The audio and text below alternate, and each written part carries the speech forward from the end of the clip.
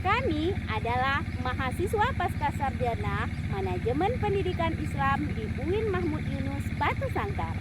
Pada video kali ini, kami akan memaparkan tentang konsep kepemimpinan dalam pendidikan Islam. Video ini kami buat untuk memenuhi salah satu tugas pada mata kuliah Kepemimpinan Pendidikan Islam yang dibimbing oleh Bapak Dr. Haji Asmendri MAG MPD. Berikut paparannya. Kita awali dari kepemimpinan atau leadership. Menurut Nufadilah, kepemimpinan atau leadership adalah seni dan keahlian seseorang untuk menjalankan kekuasaannya dalam mempengaruhi bawahannya supaya melakukan suatu kegiatan yang mengarah pada suatu visi yang telah ditentukan, yang sudah direncanakan sebelumnya.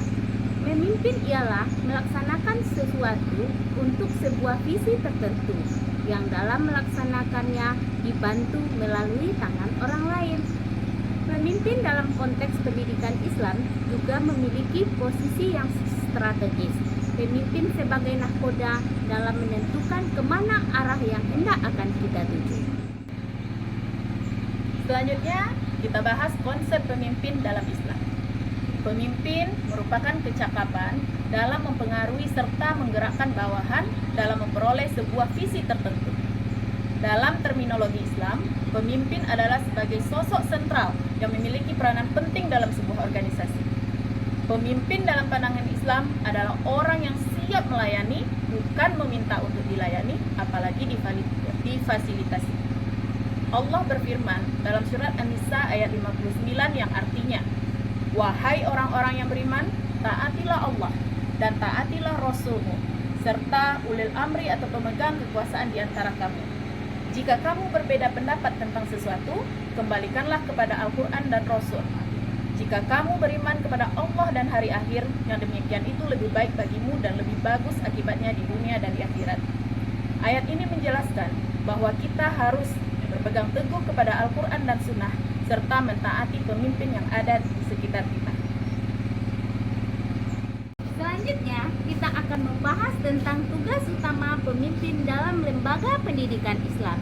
Yang pertama, memberdayakan semua potensi yang ada dalam lembaga pendidikan yang dipimpinnya. Yang kedua, mengelola pelaksanaan pendidikan dan pembelajaran.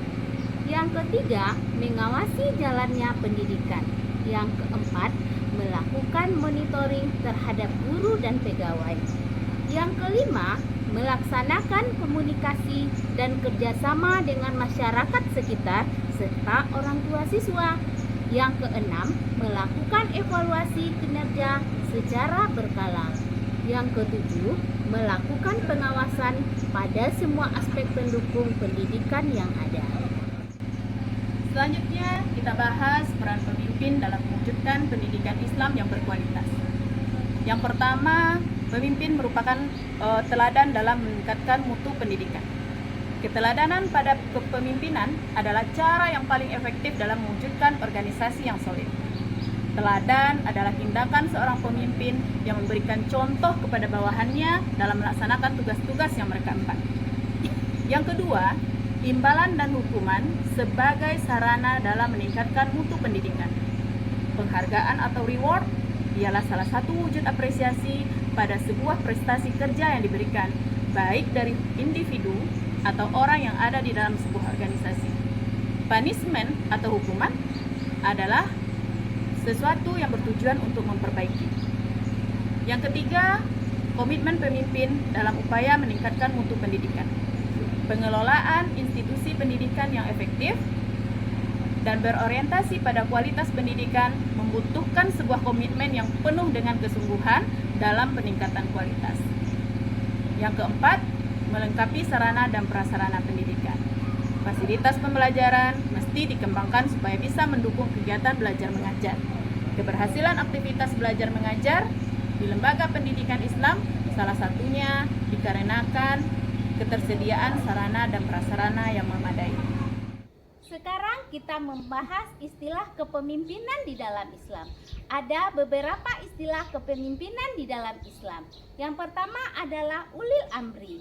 Ulil amri adalah para pejabat yang mendapatkan amanah untuk mengurus suatu bidang.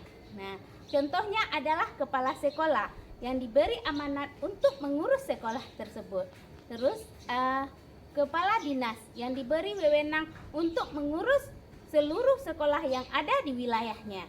Yang kedua adalah Kadimul Ummah. Kadimul Ummah adalah pelayanan masyarakat. Jadi, pemimpin di sini bukan untuk dilayani, tetapi berfungsi untuk melayani masyarakat. Istilah lain kepemimpinan di dalam Islam adalah amir, khalifah, sultan, dan imam. Namun, yang terpenting, pemimpin bukan hanya kontrak sosial, namun yang paling penting adalah kontrak dengan Allah. Selanjutnya, kita lihat sifat pemimpin menurut E. Giselle. Yang pertama, kecakapan pada posisinya menjadi pengawas atau melaksanakan tugas-tugas dasar manajemen.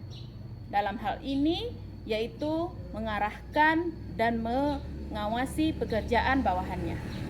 Yang kedua, kebutuhan terhadap prestasi pada pekerjaan, meliputi komitmen dan tanggung jawab serta hasrat sukses yang tinggi.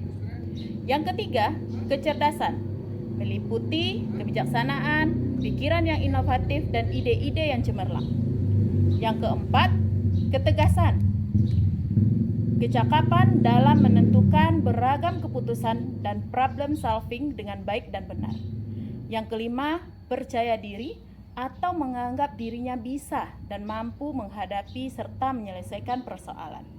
Yang keenam, memiliki inisiatif atau kecakapan dalam bertindak, tidak bergantung pada orang lain, dan senantiasa mengembangkan ilmu serta menemukan cara baru dalam menyelesaikan tugasnya.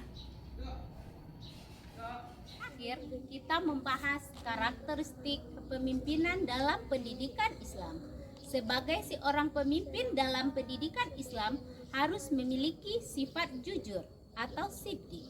Sebagaimana yang kita ketahui bahwa jujur atau siddiq itu adalah kesungguhan dan kebenaran dalam berkata-kata dan bertingkah laku, atau sesuai antara perkataan dan perbuatan yang kita lakukan. Yang kedua adalah bertanggung jawab atau amanah. Nah, sebagai seorang pemimpin, kita harus memelihara tanggung jawab yang telah diberikan dan dipercayakan kepada kita. Yang ketiga adalah komunikatif atau tabligh. Sebagai seorang pemimpin, kita harus berdialog dengan bawahan kita, bertanya apa yang masih perlu dan kurang untuk segera dipenuhi. Yang keempat, cerdas atau fatanah, selalu mengupgrade atau memperbarui ilmu pengetahuan kita agar kita tidak ketinggalan. Berdasarkan paparan kami, dapat kita simpulkan bahwa kepemimpinan merupakan bagian penting yang tidak terpisahkan dari sumber daya manusia. Sebagai seorang nahkoda, pemimpin adalah orang yang paling mengerti kemana arah yang akan dituju. Dalam konteks pendidikan Islam, kepemimpinan adalah hal mendasar yang sangat signifikan kaitannya dengan keberhasilan pendidikan. Itulah mengapa Islam mengajarkan bahwa memilih pemimpin adalah sesuatu hal yang penting.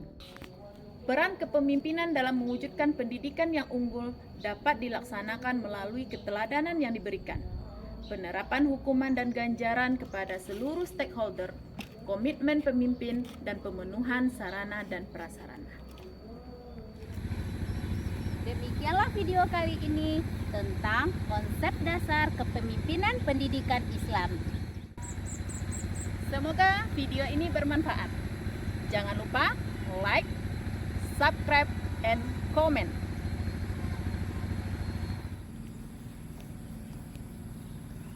Terima kasih. Assalamualaikum warahmatullahi wabarakatuh.